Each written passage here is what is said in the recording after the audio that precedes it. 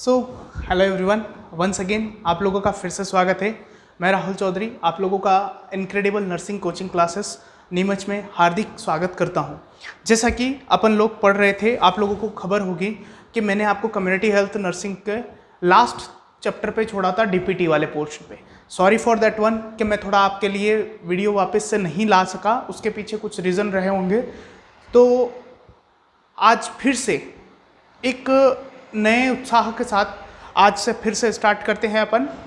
आप लोग ज़्यादा घबराएं नहीं, मैं जो आपको बोल रहा हूँ उसको आप बस केवल थोड़ा सा ध्यान लगाकर सुने। ध्यान लगाकर क्या सुनना है, सुनिए। अभी तो मैं आपको जो क्लास ले रहा हूँ वो लेना है, ठीक है। उसके जस्ट बाद में जब मैं आपको पीडीएफ अवेलेबल करवाता हूँ, कौन सा पीडीएफ? कम्युनिटी हेल्थ नर्सिंग का, दैट मीन्स कंप्लीट सब्जेक्ट्स का। तो आप लोगों का एक काम होना चाहिए कि जब भी आप यहाँ से जाते हो एग्ज़ाम देने, उससे 3 या 4 डेज से पहले आपको लगातार कम्युनिटी पढ़नी है। दैट मीन्स 17 को एग्ज़ाम है, कितनी को? 17 को।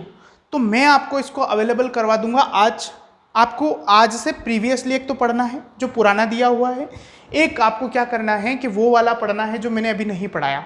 आप उसके लिए घबराएं नहीं, अभी 7 दिन है, 7 दिन का टाइम बहुत होता है आप लोगों के लिए। मेरी कोशिश ये रहेगी कि मैं आपको डायरेक्टली टू द पॉइंट पे बात करूं। To the point in the sense होता है कि कभी भी क्या होता है कि मार्केट में एक प्रचलन ये बहुत ख़राब है कि लोगों को क्या है कि ज्ञाता बनना है। क्या बनना है? ज्ञाता बनना है। और अपने को ज्ञाता नहीं बनना है, पहले अपने को क्या वाला है? जो वाला बनना है। तो ज्ञाता बनने से ज़्यादा बेटर होता है क्या? अपनों को एग्ज़ाम में क्वालिफाई करना। और क्वालिफाई कैसे करते हैं, ये एक सिंपल फंडा होना चाहिए आपके दिमाग में। पहली बात, आप लोगों के पास कोई कट ऑफ की दिक्कत नहीं है। सबसे मेन इंपॉर्टेंट बात है ये, ध्यान रखना, अपने दिमाग में इसको बिठा लेना कि कट ऑफ की कोई दिक्कत नहीं है। तो आप लोगों का भी मन होना चाहिए कि अगर कट ऑफ की दिक्कत नहीं है तो कहीं ना कहीं आप इस चीज़ को ध्यान रखेंगे कि आप 100 आउट ऑफ 100 करेंगे, पहली बात। दूसरी बात, आपके मैथ्स, रीजनिंग और जीके में आप ध्यान रखिए। जीके में आप क्या पढ़ेंगे, स्पेशली मैं आपको बता देता हूँ। जीके में ध्यान रखना है ना, पहली चीज़, आप जितने भी आपके अपने एमपी के राष्ट्रीय उद्यान, क्या है? राष्ट्रीय उद्यान, मतलब सारे वो पढ़ लेंगे, ठीक है। दूसरी बात, नदियाँ, क्या है? नदियाँ, जितनी भी नदियाँ हैं और इनसे रिलेटेड परियोजना, क्या है?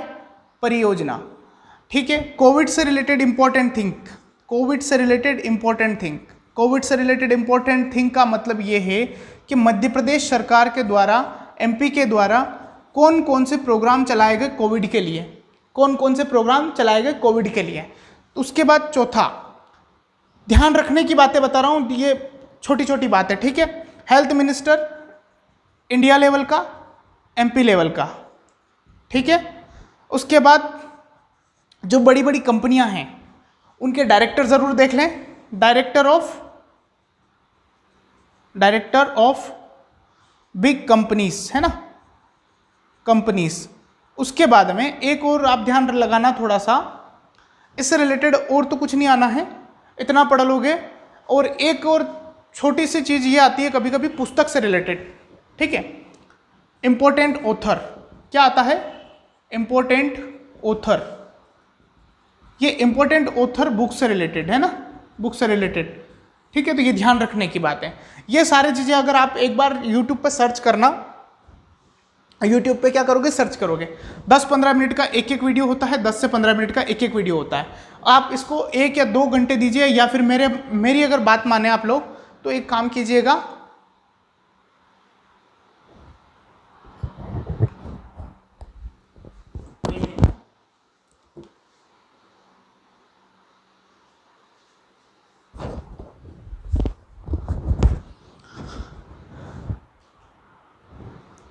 तो जैसा कि आप लोग जान ही रहे हैं कि चीज़ें जो हैं वो इन्हीं से पूछी जाएगी आपको, ठीक है।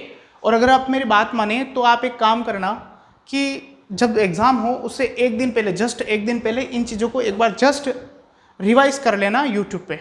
अगर आप पहले देख लोगे तो याद नहीं रहेगी।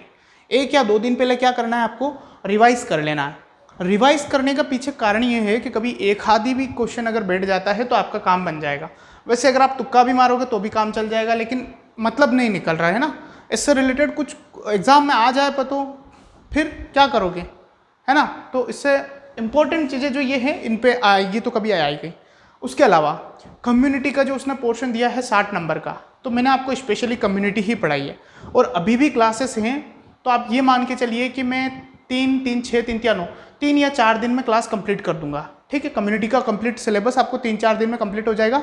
आप अभी जो पढ़ाया है वो साथ साथ में देखते भी रहेंगे, क्योंकि आप देखेंगे तो वीडियो देखेंगे तो एक तरीके से आपको याद भी हो रहा है। आप घबराएं नहीं कि आपको याद नहीं होगा, है ना।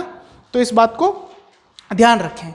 अब अपनों ने लास्ट शायद मेरे हिसाब से अपनों ने क्या पढ़ा था, डिप्थीरिया पढ़ लिया था, पर्टूसिस पढ़ लिया था, और टिटनस का शायद मैंने आपको नहीं बताया था, और अगर बता दिया हो तो और भी अच्छी बात है, और अगर नहीं बताया हो तो आप लोग बता दें तो ठीक रहेगा। शायद नहीं बताया था, 2 ही डिजीज़ हो पाई थी और अपनी क्लास का टाइम हो गया था, है ना। तो आज अपन पढ़ लेते हैं टिटनस। देखो टिटनस ज़्यादा कोई इंपॉर्टेंट इसमें आता नहीं है, लेकिन टिटनस से रिलेटेड कभी एक आध जो चीज़ है वो पूछ ली जाती है कि टिटेनी और टिटनस में क्या फ़र्क है ना। दोनों में फ़र्क है। टिटनस और टिटेनी ये दोनों ही अलग अलग चीज़ें हैं। टिटनस और टिटेनी, है ना, टिटेनस और टिटेनी ये दोनों ही अलग अलग हैं।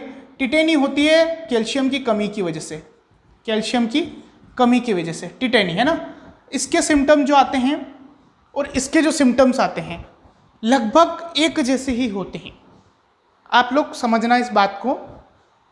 टिटेनी हाइपोकैल्शियम की वजह से होती है और टिटेनस एक क्लोस्ट्रीडियम टिटेनी करके क्लोस्ट्रीडियम टिटेनी की वजह से होता है, टिटेनी की वजह से।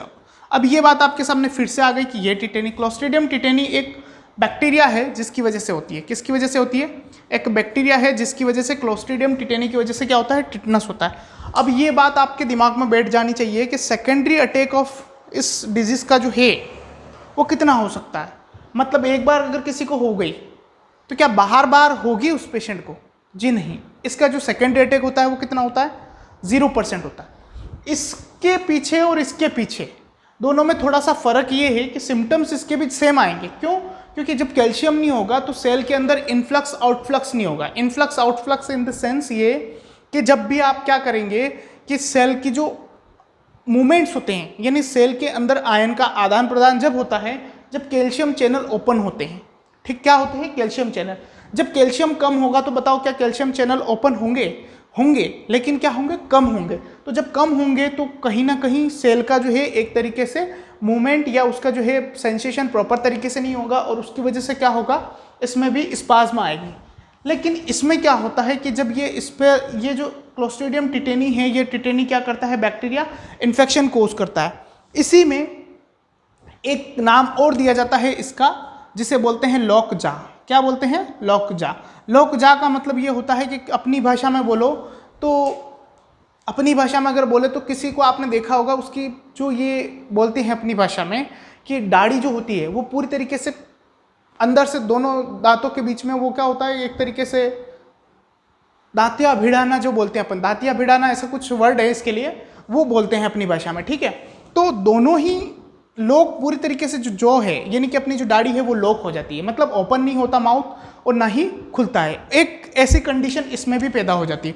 साथ ही साथ इसमें कैल्शियम की कमी से इसमें भी होती है। ठीक है, तो ये बात आपके दिमाग में होनी चाहिए। लेकिन ये मैंने अभी जस्ट आपको बताने के लिए बताया है। अपन टिटेनस का आगे पढ़ते हैं ना, टिटेनस के बारे में पूरा जानेंगे, लेकिन एक छोटी सी वर्ड आपको बताने के लिए था। अब अपन स्टार्ट कर देते हैं टिटेनस के बारे में।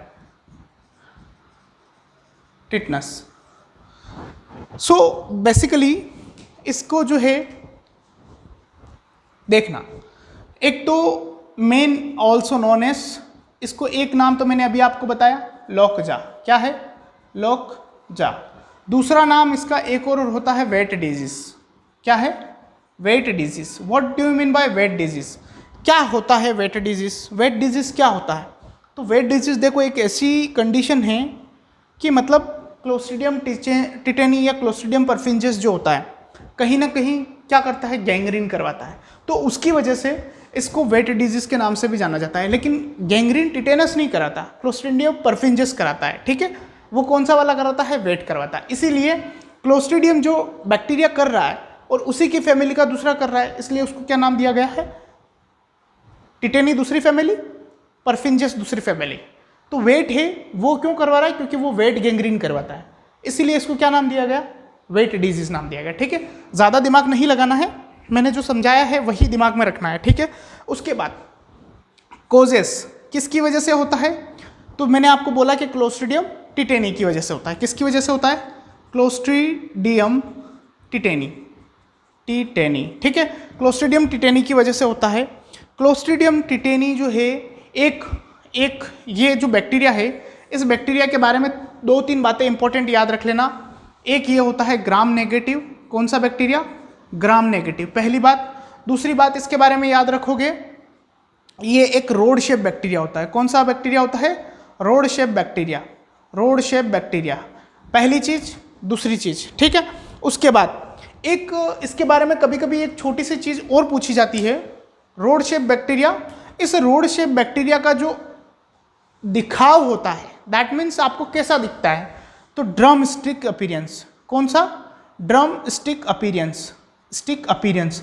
Drum stick appearance in the sense ये होता है कि ड्रम देखा है आपने, ड्रम बजाने की जो स्टिक्स होती है, अपनी भाषा में बोले तो ढोल की जो कामड़ी होती है ना, वैसे ड्रम स्टिक अपीयरेंस, जो ड्रम को बजाने का जो स्टिक्स होता है यानी कि लकड़ी जो होती है, वैसा दिखता है ये टिटेनी वाला बैक्टीरिया। ठीक है, स्पेशली आप लोगों को याद रखने के हिसाब से बताया है तो थोड़ा उसको ध्यान रखें। और एक देखो उसमें क्या हो रहा था टिटेनी में कि वो कैल्शियम की कमी की वजह से सेल के सेंसेशन कम हो रहे थे।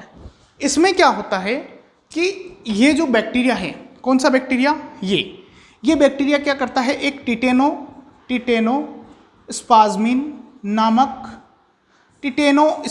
नामक क्या करता है? टॉक्सिन रिलीज करता है। क्या रिलीज करता है? टॉक्सिन, जो कि पूरी बॉडी में जब फैल जाता है इसके इन्फेक्शन के बाद में, तो ये क्या कर देता है? पूरी बॉडी में एक तरीके से कैल्शियम के चैनल को ब्लॉक करने वाले काम हो गया। तो इसका मतलब टिटेनोस्पाज्मिन, इसके नाम में ही है कि ये क्या कर देगा? पूरी बॉडी में स्पाज्म पैदा कर देगा। इसीलिए लगभग सेम सिम्टम्स इसके और उसके दोनों के एक जैसे आते हैं। ठीक है, इसमें क्या होता है कि जब भी पेशेंट क्या करेगा, टिटेनोस्पाज्मिन होगा तो उसकी बॉडी ओपिस्थोटोनस पोजीशन, ओपिस्थोटोनस ये याद रखना, opisthotonos position, opisthotonos position. What do you mean by opisthotonos position? इसका क्या मतलब है? इसका मतलब समझना, इसका मतलब होता है जैसे एक अपन सोते हैं तो ये पोजीशन होती फ्लैट है ना, अपन सीधे सोते हैं तो थोड़ा सा सिर नीचे, ये और ये पैर ऊपर होते हैं। लेकिन मान लो अगर यही कंडीशन उल्टी बन जाए, ऐसे हो जाओ हमेशा के लिए, इसमें अगर कोई ऊपर से जोर भी लगाए तो आप नीचे की तरफ नहीं दबोगे। अगर ये ऐसी सी शेप की पोजीशन अगर आपकी बन जाती है तो उसको क्या बोलते हैं? ओपिस्थोटोनस पोजीशन बोलते हैं। ये किसकी वजह से होता है? क्योंकि स्पाज्म बॉडी में डेवलप हो रहा है, उस स्पाज्म की वजह से ये डेवलप होता है। ठीक है, अब आप अंदाजा लगा सकते हो कि हाइपोकैल्सीमिया के जितने भी सिम्टम्स हैं वो सारे के सारे यहाँ पर भी डेवलप होंगे। ठीक है, तो एक छोटी सी ये चीज़ आपको बताने के लिए था। उसके बाद बताओ, क्या ये जो लोक जो इसका नाम दिया है, क्या स्पाज्म की वजह से जो आपकी जो ये जा है, जो मेरा मूवमेंट हो रहा है अभी, क्या ये मूवमेंट होगा या नहीं होगा? ठीक है, तो ये जो लोक जो है ये पेशेंट की पहली कंप्लेन होगी। लोक जो का मतलब ये कि पेशेंट पहली बार बोलेगा कि मेरे को माउथ ओपन करने में बहुत सारी दिक्कतें आ रही, बहुत प्रॉब्लम क्रिएट हो रही है। तो फर्स्ट कंप्लेन, क्या आपका आंसर क्या होना चाहिए? फर्स्ट कंप्लेन बाय, मैं आपको जस्ट रिवाइज नहीं करवा रहा हूँ, आपको थोड़ा सा समझाने के हिसाब से बता रहा हूँ कि क्या हो रहा है। First complain by the patient इस क्या रहेगी? लॉक जा, लॉक जा। अब इस लॉक जा को आप समझिए कि इसको एक नाम और क्या दे सकते हो आप? इसको बोलते हैं ट्रिस्मस। क्या बोलते हैं? ट्रिस्मस। ट्रिस्मस का मतलब ये होता है कि involuntary spasm of the lock of the jaw, मतलब involuntary spasm of the jaw is called as trismus. ठीक है, तो आपको ये दिमाग में रहना चाहिए। कॉन्ट्रैक्शन की वजह से होता है, शोल्डर की वजह से होता है, ओपिस्थोटोनस पोजीशन। तो पहली चीज़ तो ये याद रख लो, दूसरी ये याद रख लो। दो इंपॉर्टेंट सिम्टम्स तो आपको ये यहीं से याद हो जाने चाहिए। दो इंपॉर्टेंट सिम्टम्स तो आपको यहीं से याद हो जाने चाहिए कि टिटेनोस्पाज्मिन की वजह से टॉक्सिन जो टॉक्सिन है टिटेनोस्पाज्मिन, ये क्या करता है, स्पाज्म करता है। इसी में लिखा हुआ है, स्पाज्म लिखा हुआ है, तो ये ओपिस्टोटोनस पोजीशन करेगा। और फर्स्ट कंप्लेंट पेशेंट क्या करेगा, पेशेंट के द्वारा जो फर्स्ट कंप्लेंट होगी वो क्या होगी, जो लॉक जॉ की होगी। क्या होगी, लॉक जॉ की। और जब लॉक जॉ होगी तो उसको क्या बोलते हैं अपन, ट्रिस्मस बोलते हैं। तो ये आपके दिमाग में होना चाहिए, ठीक है। अब मेरे को ये बताओ कि अगर आप लोगों को मैं आपसे ये पूछूं कि क्या इस पेशेंट में आपको होम आइसोलेशन या किसकी ज़रूरत पड़ेगी, क्या बताओ। जब मैंने आपको ये बोला कि इसकी सेकेंडरी अटैक रेट कितनी बताई मैंने, 0। कितनी बताई, 0। तो ये बताओ मुझे कि क्या इस पेशेंट में किसी और को फैलाने की क्षमता है, नहीं। तो इसका मतलब इसमें आइसोलेशन पीरियड तो क्या होगा, नहीं रहेगा, मतलब नन। इसमें आइसोलेशन पीरियड आपको रखने की ज़रूरत नहीं है, ये बात आपके दिमाग में होने चाहिए। अब इसका इंक्यूबेशन पीरियड आप समझ लीजिए। इंक्यूबेशन पीरियड जो इसका इंक्यूबेशन पीरियड है वो आप लोगों को ध्यान रखना है। कितना, इसमें कितने वर्ड है टिटनस में, 1 2 3 4 5 6, कितने वर्ड है, 6 वर्ड है।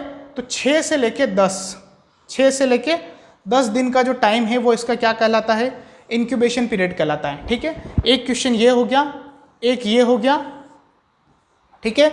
एक इसमें आइसोलेशन नन होना चाहिए, also known as lockjaw Clostridium tetani की वजह से। एक ये यहाँ से कभी पूछा जा सकता है कौन सा स्पाज्मिन होता है, ओपिस्टोटोनस पोजीशन से रिलेटेड एक पोजीशन पूछी जा सकती है, कौन से शेप की, सी शेप पोजीशन। लेकिन ये ध्यान रखना कि इस सी शेप पोजीशन का उल्टा मतलब मत निकाल लेना आप, कि आप जो है किस तरह, इस तरह से जो देखो ये सी शेप पोजीशन आपको इसमें भी देखने को मिलती है। किसमें, आप जब ये करते हो ना स्पाइनल टेप का मतलब समझते हो, स्पाइनल टेप में भी आपको क्या पोजीशन देते हैं, सी शेप पोजीशन देते हैं। लेकिन ये वो सी शेप पोजीशन नहीं है, ये ओपिस्टोटोनस ड्यू टू द स्पाज्म हो रहा है। इसका मतलब इसमें ऐसे छतरी से जो बनती है ना, वैसे छतरी के आकार की शेप बनेगी। लेकिन स्पाइनल टेप में अपन जब स्पाइनल कॉर्ड में छेद करके वहाँ से CSF निकालते हैं तो उसको एक ऐसे अपन जो पैर को ये करके सिकुड़ के जो सोते हैं ना, वो वाली सी शेप ये इसमें कहलाती है। इसमें जो सी शेप होगी वो ये वाली होगी, ठीक है। तो आप लोग दोनों में डिफरेंस समझना। उसके बाद में देखिए, मुझे ये बताओ कि अगर पेशेंट स्पाज्म हो रहा, तो ब्रोंकियल अगर उसका स्पाज्म होगा तो क्या उसको सांस लेने में सहूलियत होगी, सहूलियत बिल्कुल नहीं होगी। वो पेशेंट पूरी तरीके से अनकंफर्टेबल रहेगा। दैट मीन्स अगर उसको सहूलियत होगी तो वो पूरी तरीके से आपको बोल सकता है, लेकिन अगर सहूलियत नहीं होगी तो कैसे काम चलेगा, है ना। तो ये ध्यान रखना है ना। 1 सेकेंड।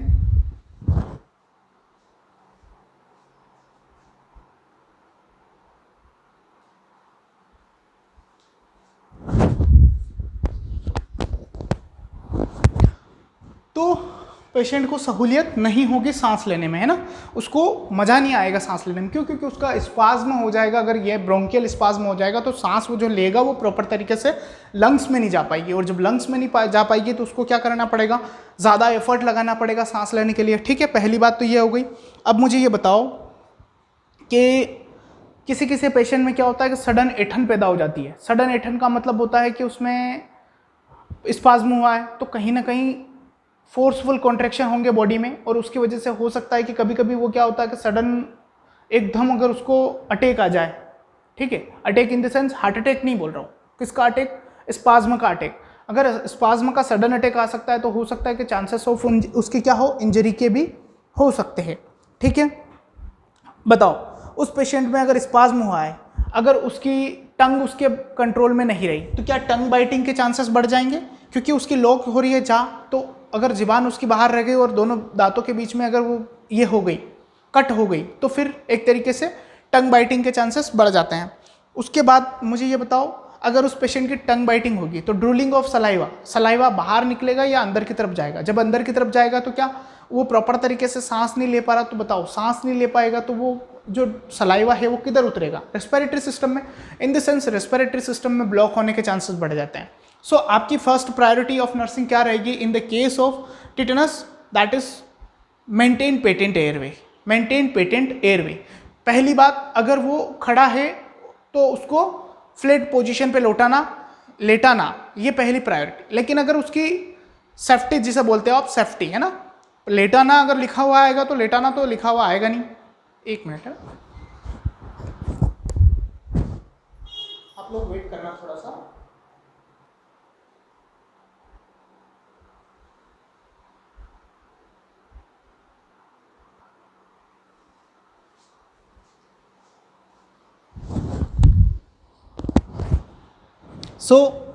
आप लोगों के दिमाग में ये चीज़ें जो धीरे धीरे बैठ जाएगी, लेकिन समझने के हिसाब से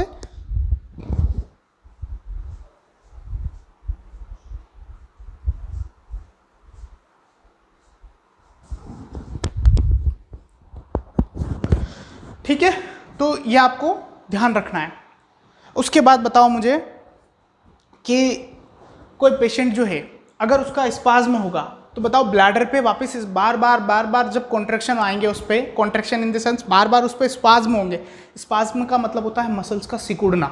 तो बार बार जब मसल सिकुड़ेगी तो बताओ उसको यूरिन का ऐसा फील होगा कि नहीं होगा कि मेरे को यूरिन आ रहा है। क्यों? क्योंकि जब वो कंप्रेस होगा तो उसमें अमाउंट ऑफ जो यूरिन भरना था 1.5 लीटर 2 लीटर जो कैपेसिटी होती है, उस कैपेसिटी से कम हो जाएगी, क्योंकि वो छोटा हो जाएगा। और जब छोटा होगा तो थोड़ा सा यूरिन इकट्ठा होगा नहीं होगा ना, उसको बार बार यूरिनेशन की दिक्कत आएगी।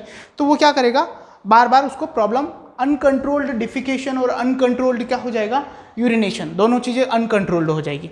ये आपको क्या ध्यान रखना है, ये ध्यान रखना है किस बात से रिलेटेड, स्पाज्म। ओनली जस्ट ये वर्ड अगर आपके दिमाग में है तो आप पूरा का पूरा ये कवर कर लेते हैं।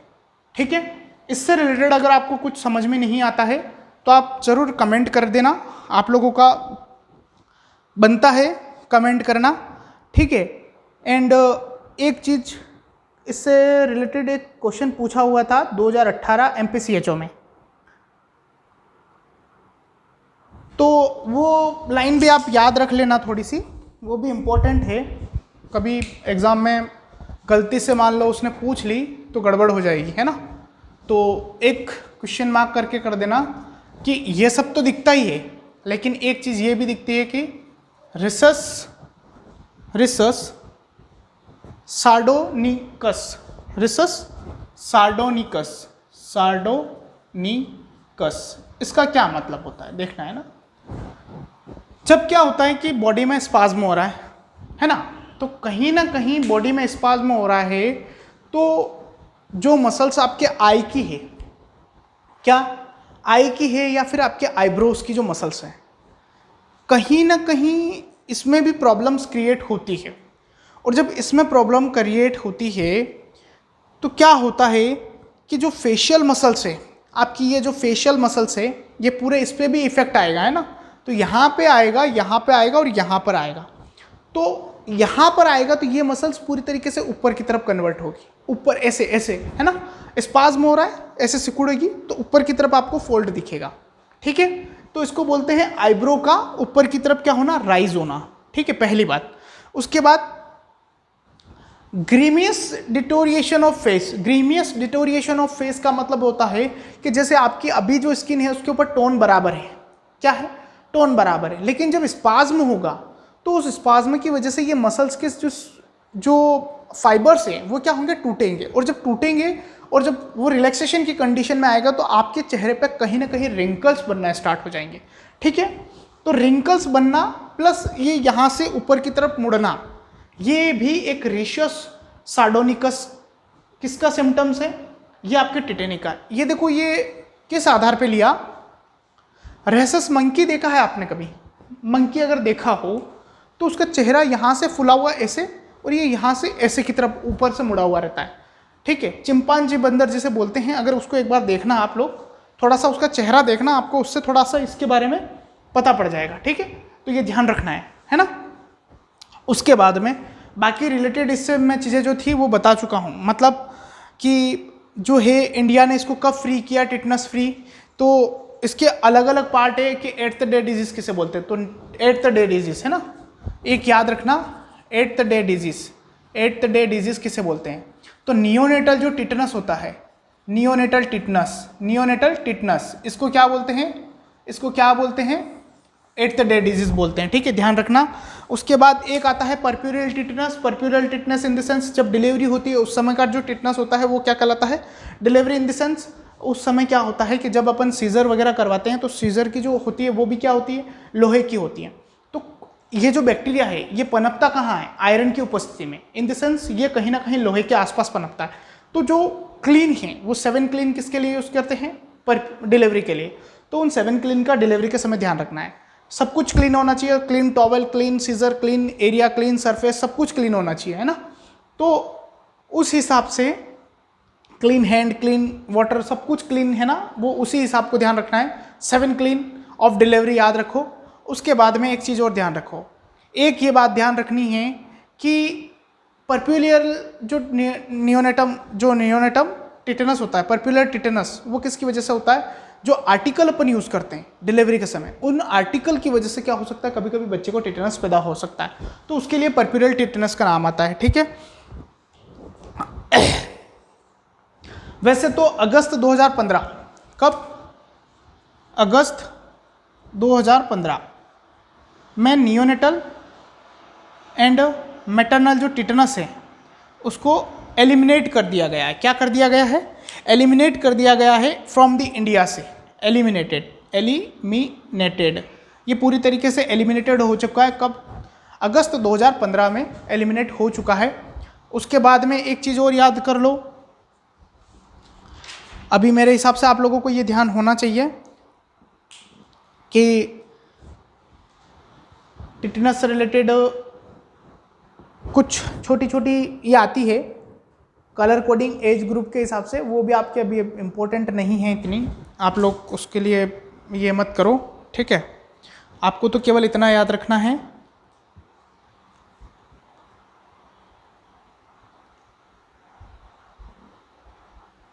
एक क्वेश्चन और कभी पूछा हुआ है, वो भी थोड़ा सा ध्यान रख लो।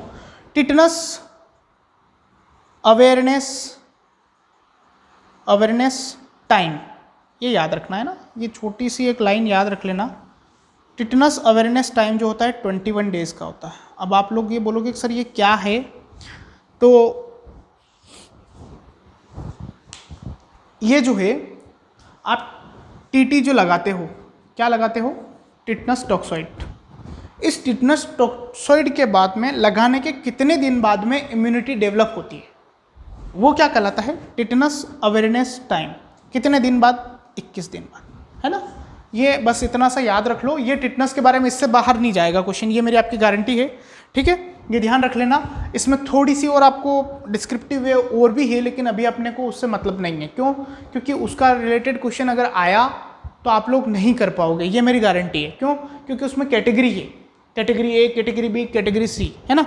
उसमें क्या करना है क्या नहीं करना है, जैसे मान लो किसी को लग जाती है ना, तो लगने के 6 घंटे के बाद में अगर टिश्यू पेनिट्रेटिंग है और नॉन पेनिट्रेटिंग है, ये दोनों बातें ध्यान रखनी होती हैं। कि मान लो अगर लिसरेटेड वुंड है, केवल रगड़ लगी है, तो कितना क्या करेंगे, कैटेगरी ए में क्या करेंगे, कैटेगरी बी में क्या करेंगे, वो आप लोग अभी नहीं समझ पाओगे उस चीज़ को, तो रहने दो उसको, है ना।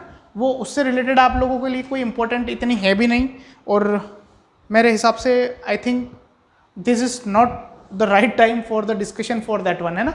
सो ओके, ये आपके लिए यहाँ पर टिटेनस, डिप्थीरिया, पर्टुसिस, टिटेनस खत्म हो जाता है। डिप्थीरिया, पर्टुसिस, टिटेनस खत्म हो जाता है। अभी जो डिजीज़ है छोटी सी, हैंसन्स डिजीज़, आपने नाम सुना होगा, हैंसन्स डिजीज़, लेप्रोसी, सुन्न चकता बदरंग निशान, कुष्ठ रोग की यही पहचान, है ना। सुन्न चकता बदरंग निशान और कुष्ठ रोग की यही पहचान। ये तो आप लोगों को शायद थोड़ा बहुत दिमाग में आता होगा कि मैं क्या बोल रहा हूँ, लेकिन आप लोगों को समझ भी जाओगे जल्दी ही कि क्या बोला है मैंने, है ना। सुन्न चकता बदरंग निशान, कुष्ठ रोग की यही पहचान। लेप्रोसी, लेप्रोसी से रिलेटेड जितने प्रोग्राम हैं उसके बारे में तो मैं आपको प्रोग्राम में लिखवा चुका हूँ, ठीक है। इससे रिलेटेड कभी कभी क्वेश्चन आता है कि पहला ऑर्गन कौन सा अफेक्ट होता है लेप्रोसी में, पहला सेंसेशन कौन सा जाता है, क्या इसकी पहचान है और क्या इसका टेस्ट है, यहीं से क्वेश्चन आता है। तो इसे अपन देख लें, ठीक है। क्या नाम है डिजीज का, लेप्रोसी, लेप्रोसी, ठीक है, लेप्रोसी। पहली बात तो ये कि लेप्रोसी होती क्या है। तो देखो लेप्रोसी जो है एक, मैंने आपको माइकोबैक्टीरियम लेप्री करके एक बैक्टीरिया होता है, माइकोबैक्टीरियम लेप्री, जो माइकोबैक्टीरियम ट्यूबरकुलोसिस है, वैसा ही सेम उसी फैमिली का एक और होता है बच्चा जिसका नाम रखा गया है माइकोबैक्टीरियम लेप्री। जैसे आपका एक भाई है और एक आप है, तो आपके पिताजी का नाम आपके दोनों के साथ जुड़ेगा, इन द सेंस लखन राम सिंह और प्रभु राम सिंह, दोनों के पीछे क्या है, Ram Singh. Same thing Mycobacterium tuberculosis, that means tuberculosis, Mycobacterium leprae, that means leprae. ठीक है, पिताजी सेम है, डीएनए सेम होगा अगर पिताजी का है तो। ठीक है, उसके बाद खून बच्चे में और लड़की में, दोनों में लगभग हो सकता है कि सेम रहे। क्यों? क्योंकि एक ही डीएनए से बने। तो इस बात को समझना कि जब भी अगर लेप्रोसी होगी तो क्या चांसेस हैं कि उसको जो है आप मोन्टेक्स टेस्ट कर रहे हो, तो क्या आप अगर इसमें मोन्टेक्स टेस्ट करोगे तो क्या आपको ये कन्फ्यूजन पैदा हो सकता है कि यार इसमें टीबी हो सकती है? बताओ। बिल्कुल एक ही परिवार से है ना, तो बिल्कुल हो सकता है ना, ये बात आप ध्यान रखें। छोटा सा मैं केवल आपको एक आपकी वो बोलते हैं ना कि क्या बोलते हैं, कॉमन सेंस वाली बात वो बोली है मैंने, है ना, उसको समझना। पहले अगर आपने इतना समझ लिया कि ये क्या है क्या नहीं है, वो बहुत इंपॉर्टेंट चीज़ है, आप लोग इसे नगण्य नहीं समझे, है ना, इस बात को ध्यान रखें।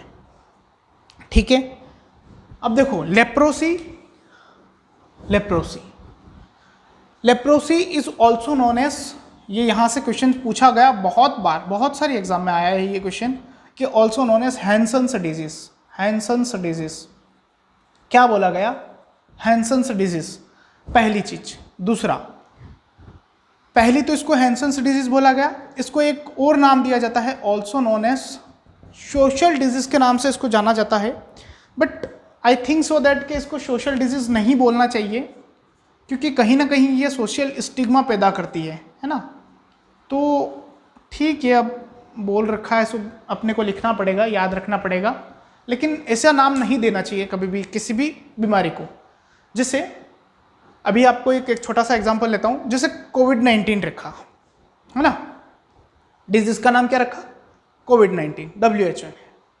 अब कोविड-19 का बैक्टीरिया तो एक ही था, अब अलग अलग कंट्री में जाने के बाद क्या हुआ कि उसके वेरिएंट आ गए, जैसे डेल्टा वेरिएंट। तो क्या वैज्ञानिक पागल थे जो मतलब उन्होंने उसको डेल्टा वेरिएंट दिया? वो ऐसा नहीं बोल सकते थे जैसे इंडिया में पैदा हुआ तो इंडिया वेरिएंट फर्स्ट ए, India variant second, India variant third, India variant fourth, India variant fifth, क्यों नहीं देखा? इसके पीछे ये है कि कहीं ना कहीं अगर जिस कंट्री में नहीं होता, मान लो कोविड जिस कंट्री में नहीं हुआ, वो कंट्री उस दूसरी वाली कंट्री जिसके नाम से रखा गया है नाम, है ना, उसको क्या देखती? एक तरीके से गलत निगाहों से देखती। इंडिया वेरिएंट कैसा लगता है ना। तो वही बात है कि जब आप लेप्रोसी की बात करते हो, कुष्ठ रोग की बात करते हो, तो इसको क्या नाम दे दिया था वैज्ञानिकों ने? Social disease. अब ये गलती थोड़ी सी मेरे को ऐसा लगता है कि आजकल जो आप एक ग्रामीण लेवल पर जब काम करेंगे तो आपको समझ में आएगा इस बातों से रिलेटेड कि क्या ये चीज़ गलत दी थी कि नहीं दी थी। मैं ऐसा नहीं बोल रहा हूँ, मैं उनको ये नहीं कह रहा कि उन्होंने जो किया वो सही किया, उनके पढ़ाने के हिसाब से कुछ क्रिटिकल थिंकिंग डेवलप भी करनी पड़ती है ना। तो ये क्या हुआ कि अभी जो अगर आप इसको कहीं गांव में जाओगे, कुष्ठ रोग की जांच करवा लो, वो अपने को ऐसे देखता है जैसे अपनों ने उससे उसकी जायदाद मांग ली हो। अरे भाई, कुष्ठ रोग मतलब उसको समझाना पड़ता है। वो उनके मन में एक गलत फहमी बैठ गई है इसकी वजह से, समझ रहे हो ना। अभी किसने बोला आई डोंट नो, वैज्ञानिक ने बोला, किसी ने बोला, क्या पता, लेकिन हो सकता है कि उस समय जो है फैलने की रेट ज़्यादा हो तो उसके आधार पर इसने नाम दिया हो, या फिर यही रीज़न पहले भी रहा हो तो उसके हिसाब से उसने ये नाम दे दिया हो, है ना। तो ठीक है, जो है वो तो है, उसमें क्या है। हैंसेंस डिजीज, सोशल डिजीज, ठीक है। अब ध्यान रखो, लेप्रोसी डे, क्वेश्चन अगर कभी भी पूछा जा सकता है कि वर्ल्ड लेप्रोसी डे कब मनाते हैं? 28 जनवरी को मनाते हैं। कब मनाते हैं? 28 जनवरी। मैं क्या बोल रहा हूं, मुझे पता है आप लोगों के दिमाग में क्वेश्चन आ ही गया होगा। वर्ल्ड लेप्रोसी डे बोला मैंने, क्या बोला? वर्ल्ड लेप्रोसी डे 28 जनवरी। International leprosy day, international leprosy day 13 जनवरी, ठीक है। अब क्लियर हुआ, इंटरनेशनल लेप्रोसी डे 13 जनवरी मतलब 30 जनवरी, और जो वर्ल्ड लेप्रोसी डे 28 जनवरी। ये दोनों आप ध्यान रखें, दोनों की थीम देख लें, क्योंकि जनवरी निकल चुका है। सो 2022 की थीम और 21 की थीम आपकी कॉपी में लिख लें आप लोग, है ना। मैं जहां जहां बोला हूं वहां वहां आपको लिखना ही है, ठीक है। अब इसके पीछे एक छोटा सा हिंदी में 3, देखो मैं एक वर्ड लिख रहा हूं, सुन्न चकता बदरंग निशान, ठीक है। सुन्न चकता बदरंग निशान, कुष्ठ रोग की बदरंग निशान है ना, ये ऐसे याद रखो, 1 2 और 1 3। सुन्न चकता बदरंग निशान, कुष्ठ रोग की यही पहचान, ठीक है। कुष्ठ रोग की यही पहचान, लेप्रोसी कुष्ठ रोग यही पहचान। अब सुन्न इन द सेंस क्या होता है? जब भी लेप्रोसी होती है तो पूरी बॉडी पे आपको ध्यान होगा कि कोड जिसे बोलते थे पहले के ज़माने में, लेप्रोसी में क्या हो जाते थे, पूरी स्किन पे बड़े बड़े वो बन जाते थे, जिससे पेड़ पौधों के निकलते हैं ना छोटे छोटे, जिसकी वजह से ट्यूमर जिसे बोलते हैं, है ना।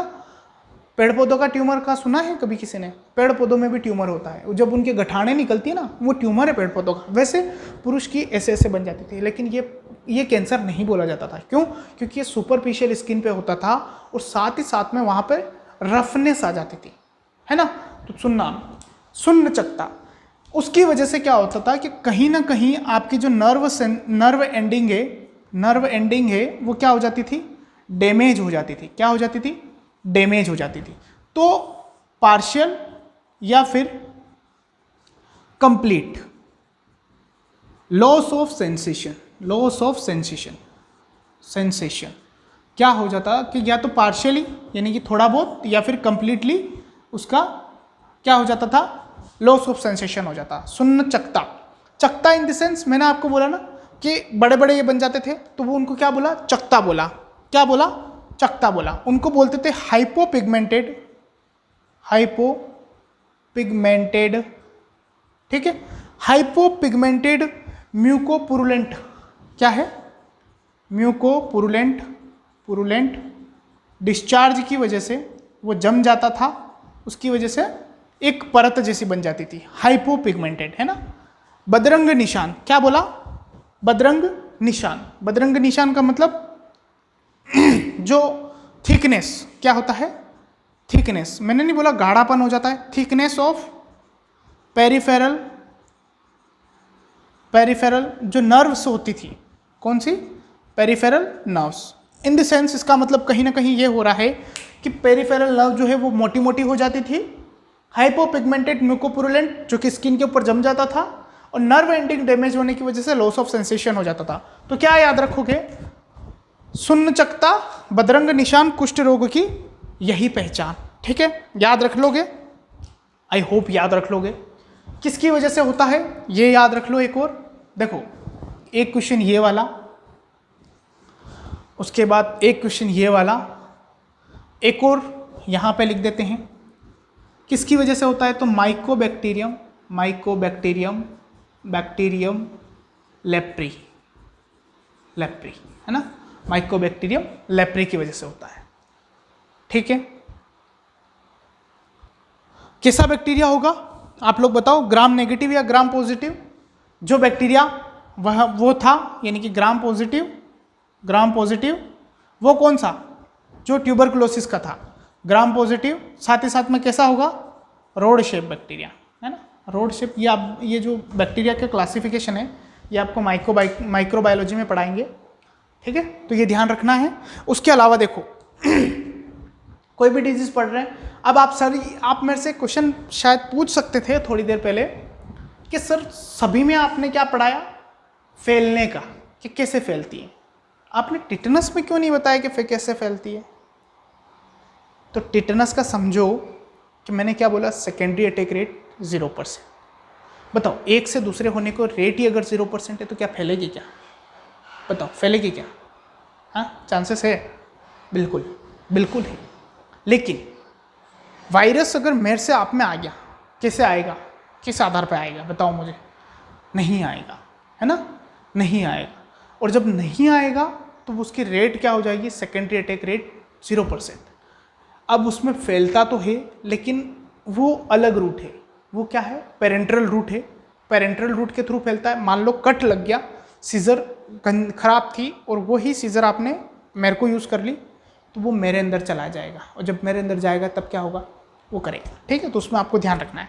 लेकिन लेप्रोसी एक सोशल डिजीज नाम दे रहे हैं, तो कहीं ना कहीं ये फैलती तो होगी, और कैसे फैलती है वो समझो। ये फैलती है ड्रॉपलेट से। किससे? ड्रॉपलेट से। ड्रॉपलेट किससे फैलती है? ड्रॉपलेट से। तो मोड ऑफ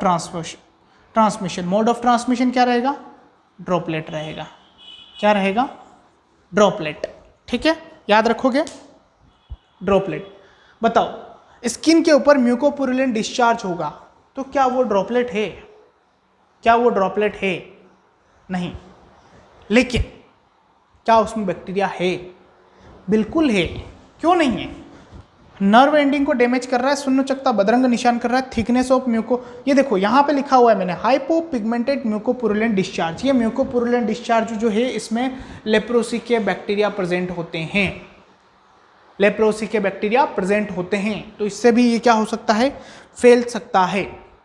एक क्वेश्चन कभी इसके बारे में पूछा जा सकता है कि leprosy is a disease of, तो ये आर्थ्रोपोड की डिजीज है। ये बहुत इंपॉर्टेंट बात है ना, ध्यान रखना, ये एक आर्थ्रोपोड बोन है, आर्थ्रोपोड डिजीज है ना, ये ध्यान रखना। इस बात को आप थोड़ा सा नोट कर लो, इसको स्टार पॉइंट भी कर देना, क्योंकि लेप्रोसी के बारे में आपको सब कुछ जानकारी है, लेकिन ये ध्यान रखना कि एक arthropod borne transmission, arthropod borne transmission disease है, ट्रांसमिटेड डिजीज है ना, ये ध्यान रखना, आर्थ्रोपोड बोर्न ट्रांसमिटेड डिजीज है।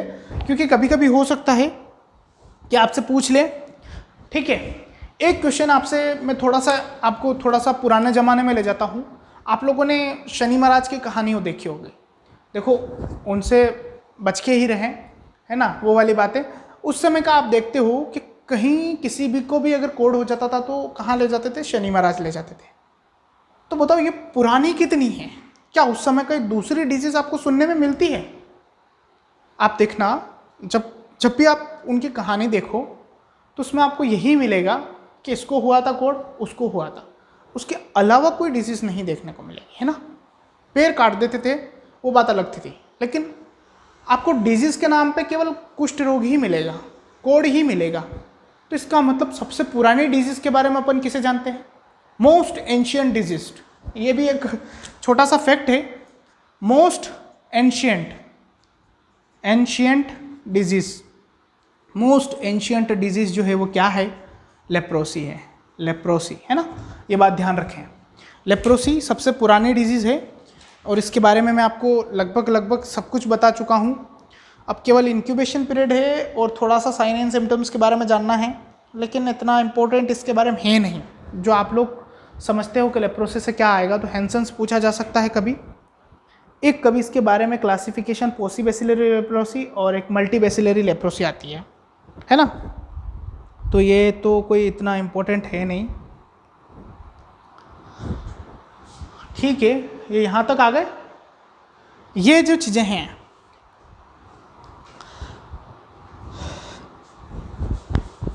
ठीक है, याद रख लोगे, बहुत है ये, है ना।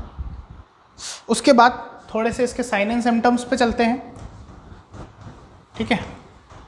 तो जो इसके साइन एंड सिम्टम्स हैं उसको समझना आप लोग। जो इसके साइन एंड सिम्टम्स हैं वो आप लोगों को शायद थोड़ा सा, तो मैंने जो शून्य चकता बदरंग निशान है, ये 3 तो ये हो गए, है ना। एक आप लोग थोड़ा सा थोड़ा सा मैंने आपको एक क्वेश्चन पूछा था कि first sensation loss in, first sensation which is lost, मतलब सबसे पहला सेंसेशन, फर्स्ट सेंसेशन लोस्ट इन लेप्रोसी। कितने सेंस है? 5 सेंस है। कौन कौन से? सबको पता होगा।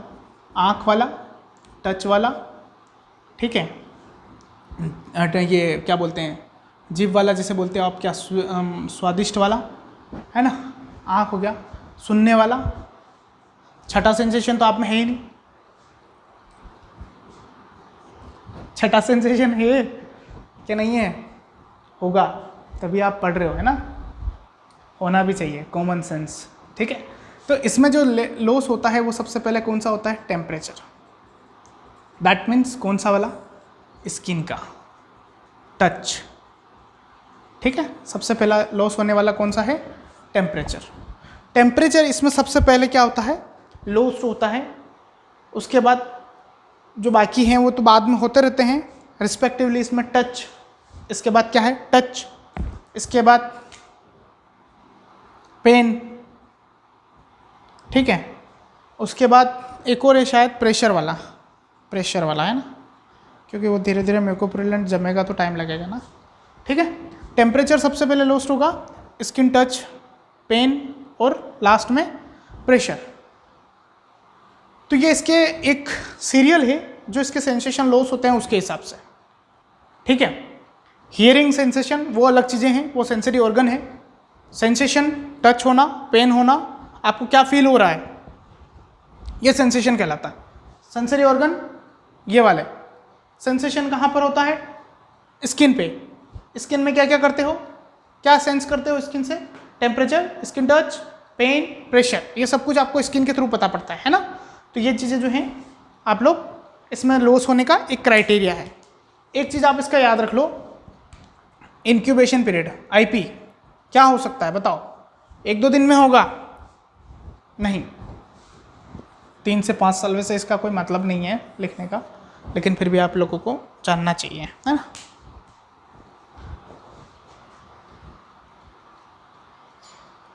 एक क्वेश्चन कभी पूछ ले, फर्स्ट सिम्टम बताओ। मैंने आपको बता दिया है वैसे, शून्य चकता बदरंग निशान वाला, है ना। क्या बताया? शून्य चकता बदरंग निशान। बताओ, बदरंग निशान, इनमें से सबसे पहले क्या होगा? शून्य होगा, चकता होगा, या बदरंग निशान होगा? तो आप लोग याद रखना, शून्य बाद में होता है, लेकिन अपनी सहूलियत यानी कि अपने को समझने के लिए सबसे पहले अपनों ने ये बनाया है। तो सबसे पहला जो है वो क्या है? चकता। दैट मीन्स हाइपोपिगमेंटेड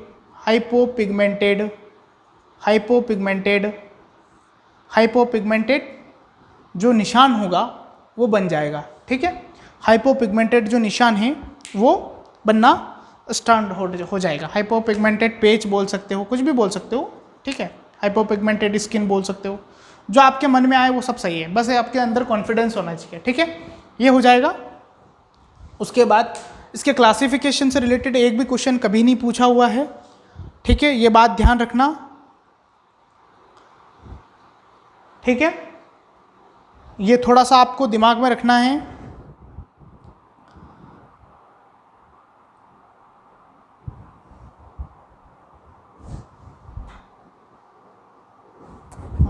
ठीक है, क्लासिफिकेशन में केवल 2 ही होती है, एक होता है पोसिबेसिलरी और एक मल्टीबेसिलरी।